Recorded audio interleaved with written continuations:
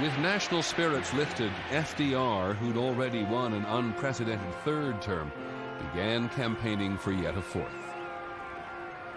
I don't want to exaggerate the amount that we depended upon Roosevelt, but from a child's point of view, he was very much a part of the celestial furniture. There was God at the top level, and then Roosevelt. The coming election temporarily distracted Americans from events overseas. Republican opponents spread rumors of Roosevelt's failing health. But when he answered charges that he'd sent a Navy cruiser to retrieve his dog, Roosevelt seemed in top form. These Republican leaders have not been content with attacks on me, or on my wife, or on my sons. No, not content with that. They now include my little dog, Fallon.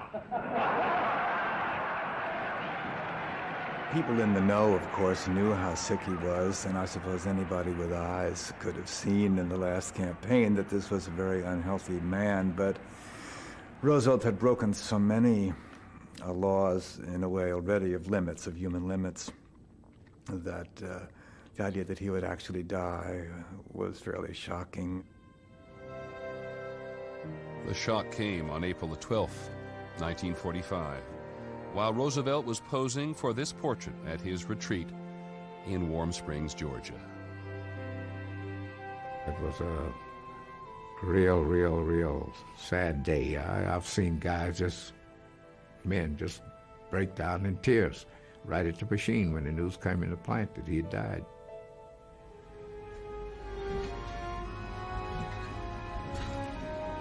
You could see the impact that his life had made on the American people when that famous train ride took place from Warm Springs, Georgia to Washington, D.C. Hundreds of thousands of people came out just to watch his body go by on the train, simply as a tribute to the fact that this man had been their leader through the two greatest crises of their lives, the Depression and then the war itself. That was the most mournful period that I'd ever seen. No hero that I knew of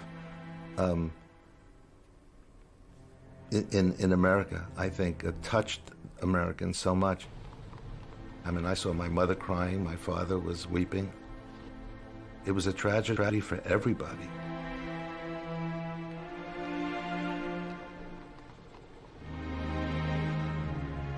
When Franklin Roosevelt died, it was as if the presidency had died, because we had never known another president. He'd been president all my life, and just assumed he would always be president. It was shattering.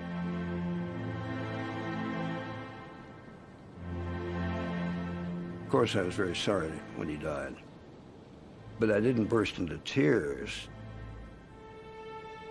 It didn't bother me as much as it bothered some people who didn't exist in an atmosphere of death as I did. For me, the war was about death. And hundreds and hundreds of thousands of people, important and unimportant, were being killed all the time. He was just another casualty to me.